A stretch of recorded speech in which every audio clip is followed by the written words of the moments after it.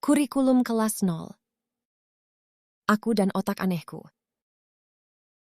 Halo sesama murid. Selamat datang di akhir perjalanan pertama kita. Kalau kelas 0 ini harus diringkas dalam satu kalimat, mungkin kalimatnya adalah kita sedang mencoba memahami diri sendiri, dan terutama memahami otak aneh yang selama ini kita gunakan untuk memahami dunia. Kita memulainya dari sesuatu yang sangat dekat dengan kehidupan kita, agama. Kita membedah sebuah gagasan sederhana bahwa agama tidak berhenti pada keyakinan dan ritual. Ada akidah dan syariat, tetapi kehidupan manusia juga bersentuhan dengan pengetahuan, kebudayaan, dan peradaban. Dari sana muncul pertanyaan yang lebih mengganggu. Kalau agama menghendaki manusia menjadi baik, berilmu, dan berdaya, mengapa kebodohan dan kemiskinan justru masih begitu dekat dengan kehidupan kita? Kita kemudian melihat kembali konsep seperti sabar dan ikhlas. Mungkin selama ini kita terlalu mudah mengartikannya sebagai menerima keadaan. Padahal, sabar dan ikhlas tidak harus berarti diam. Ada saat ketika menerima kenyataan justru menjadi titik awal untuk bergerak mengubah kenyataan itu. Lalu kita masuk ke pelajaran berikutnya, yin dan yang. Dari sini kita belajar bahwa kehidupan hampir selalu mempertemukan kita dengan dua sisi yang berlawanan. Terang dan gelap, kehilangan dan mendapatkan, kegagalan dan keberhasilan, diri yang lama dan diri yang baru. Dan mungkin salah satu bagian tersulit dari bertumbuh adalah menyadari bahwa terkadang kita harus berani melepaskan sebagian dari diri kita sendiri agar bisa menjadi manusia yang berbeda. Kita tidak selalu bisa mempertahankan semuanya. Ada sesuatu yang harus selesai agar sesuatu yang baru bisa tumbuh. Dua pelajaran awal inilah yang kemudian membawa kita pada pertanyaan yang lebih besar. Kalau dunia begitu kompleks, sebenarnya bagaimana otak kita memproses semuanya? Kemudian kita berhadapan dengan sesuatu yang lebih dalam. Ilusi hikmah. Kita mencoba melihat kembali pemikiran nihilisme dan berbagai kegelisahan filsafat barat. Nihilisme seringkali dianggap sebagai pandangan yang pesimis, tetapi ketika kita melihatnya lebih dekat, muncul kemungkinan pembacaan yang berbeda. Ketika manusia berhenti menganggap hidup memiliki jawaban yang otomatis diberikan oleh dunia, justru muncul sebuah tanggung jawab. Kita sendirilah yang harus berhadapan dengan kehidupan. Hidup mungkin rapuh, tidak selalu adil, tidak selalu masuk akal, bahkan kadang-kadang terasa compang-camping. Tetapi keberanian untuk menerima kenyataan tersebut tanpa melarikan diri darinya justru dapat menjadi bentuk kekuatan.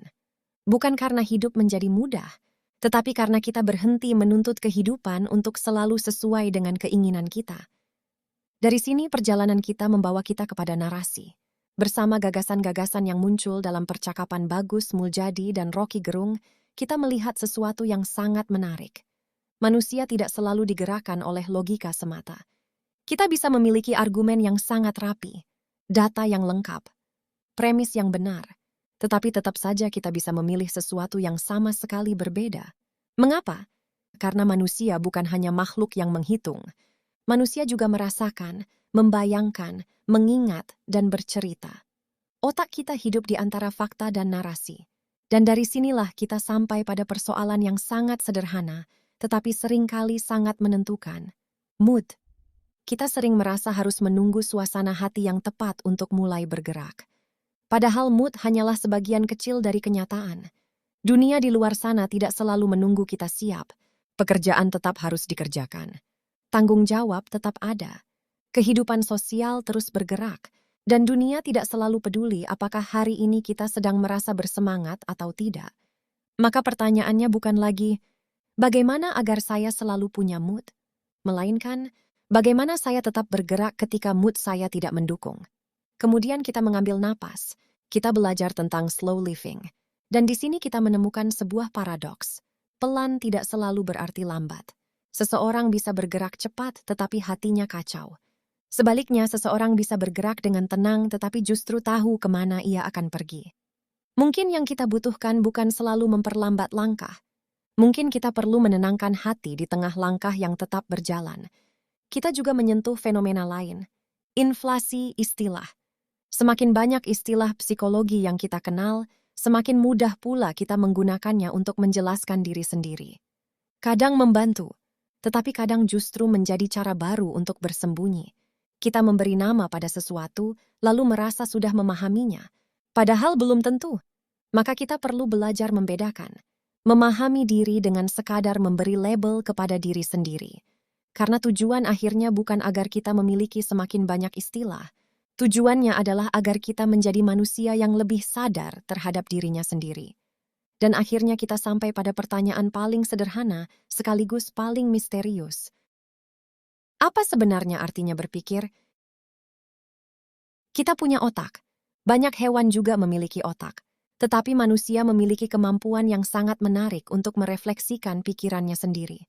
Mempertanyakan mengapa kita berpikir seperti ini, mengapa kita mempercayai sesuatu, mengapa kita menginginkan sesuatu, bahkan mengapa kita menjadi diri kita yang sekarang. Dan di titik ini kita menemukan sesuatu yang penting. Tidak semua bagian dari diri kita bisa diubah hanya dengan argumen. Kita bisa tahu bahwa sesuatu itu buruk, tetapi tetap melakukannya.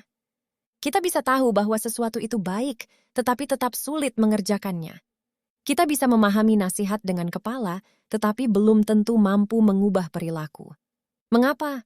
Karena manusia tidak hanya memiliki logika. Ada emosi, ada imajinasi, ada pengalaman, ada kebiasaan, ada cerita yang kita bangun tentang diri kita sendiri. Dan mungkin karena itulah sastra dan seni memiliki tempat yang begitu penting dalam kehidupan manusia. Sebuah argumen dapat membuat kita mengerti, tetapi sebuah cerita terkadang membuat kita merasakan.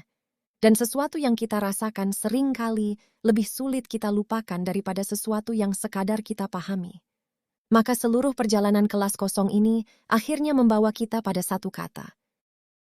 Kontrol diri. Bukan mengendalikan dunia, bukan mengendalikan orang lain, tetapi belajar mengendalikan sesuatu yang paling dekat dengan kita. Pikiran kita, emosi kita, keinginan kita, kebiasaan kita, dan akhirnya tindakan kita.